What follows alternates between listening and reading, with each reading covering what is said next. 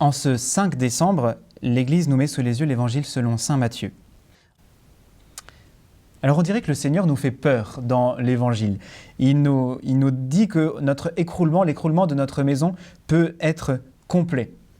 On a peut-être dans notre expérience personnelle ou dans l'expérience de nos amis, des gens qui ont perdu une maison, soit par le feu, soit en écroulement, et c'est toujours quelque chose de nous-mêmes qui s'en va. Et on a vraiment l'impression que c'est une véritable épreuve très, très douloureuse. Il y a quelque chose de nous-mêmes qui s'en va parce qu'il y a un petit peu de notre vie dans nos maisons. Et ce que le Seigneur vient nous dire, c'est que si on veut construire une maison, il va falloir la construire sur le roc. Et ce qui est vrai pour des notions basiques d'architecture, c'est vrai aussi pour l'architecture de notre âme. Notre âme, c'est comme une maison, c'est une partie de nous-mêmes, et c'est même complètement nous-mêmes, et on a besoin de la construire sur du roc. Si on la construit sur du sable, évidemment, on va vaciller. Et un jour ou l'autre, dans notre vie, on va se rendre compte que c'est notre foi elle-même qui va vaciller, c'est notre confiance en Dieu elle-même qui va vaciller.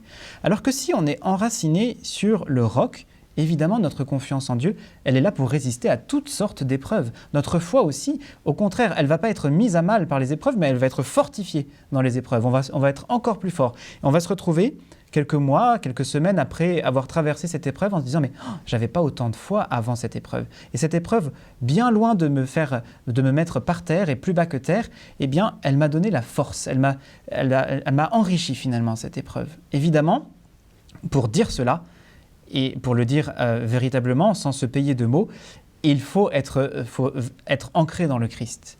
Parce que c'est avec la force du Christ qu'on y arrive. Sans le Christ, évidemment qu'on n'arrive absolument à rien, et les épreuves peuvent vraiment nous faire mal quand elles ne nous mettent pas complètement par terre. Mais qu'est-ce que ça veut dire être fondé sur le roc ? Qu'est-ce que ça veut dire se mettre en pratique la parole de Dieu ? Parce que précisément, ce que le Seigneur veut nous dire, si on veut construire sur le roc, si on veut mettre en pratique la parole de Dieu, il faut que notre propre volonté se mettre au diapason de la volonté de Dieu. Et c'est peut-être là que ça coûte. Parce que notre volonté à nous, elle est parfois bien arrêtée. On a des beaux projets qui sont bien ficelés. On a tout prévu seconde après seconde.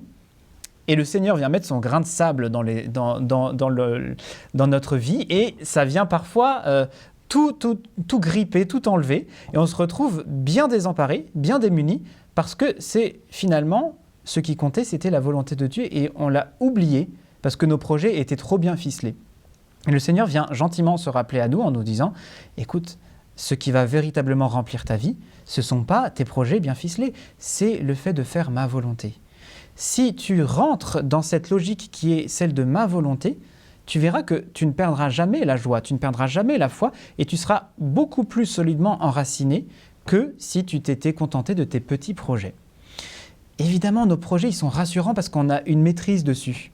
Quand on a fait notre liste, notre projet, évidemment, comme c'est nous qui l'avons fait, on sait très bien que ça nous rassure. Et pourtant, ce que le Seigneur vient nous dire, c'est « Ben oui, mais comme tu es un homme, tu es un être limité, et donc tu n'as pas tout envisagé. Et tu ne peux pas prendre tout en compte lorsque tu fais un projet. Bien sûr, c'est rassurant parce que tu le fais, mais au fond, tu ne devrais pas être si rassuré que ça par les projets que tu fais, parce qu'ils ne peuvent pas tenir compte de tout. Alors que celui qui tient tout, précisément, c'est moi le Seigneur. C'est moi qui ai créé. Et non seulement je suis tout puissant, mais je suis tout tenant, si on peut parler comme ça. Je tiens tout dans ta vie. Et évidemment, il y a des éléments dont tu as conscience, et des éléments dont tu n'as pas conscience. Et c'est pour ça que faire ma volonté compte beaucoup plus que faire ta propre volonté, ton petit business. Et remarque bien que lorsque un enfant, par exemple, a déjà pris un paquet de bonbons, un paquet de chamallows, et qui vient demander d'ouvrir un deuxième paquet de chamallows, il y a personne, pas un seul parent qui dira « Oui, vas-y mon chéri, ouvre un deuxième paquet de chamallows ». Et évidemment, c'est pas pour brimer cet enfant, c'est pas pour lui faire du mal, mais c'est précisément parce qu'on l'aime et qu'on veut pas qu'il se rende malade. Eh bien, c'est exactement comme ça que je fais avec toi. Bien sûr, il y a des choses que tu ne comprends pas. Parfois, tu viens de me demander d'ouvrir un deuxième paquet de chamallows. Et évidemment, c'est pas ma volonté, mais c'est normal parce que ma volonté, elle veut ton bien.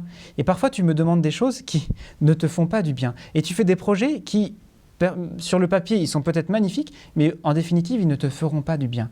Alors, ce que je veux te montrer, c'est que moi qui tiens tout, j'ai un regard sur toi et que c'est un regard qui sera toujours plein d'amour. Et que même si tu ne comprends pas tout dans mon plan dans le plan de ma volonté, même si tu ne comprends pas tout ce que je fais dans ta vie, eh bien, si tu acceptes de te laisser faire par ma volonté, oui, tu trouveras véritablement le bonheur dès à présent et pour l'éternité. Mais évidemment, ça implique un abandon, ça implique une confiance, ça implique de se laisser faire.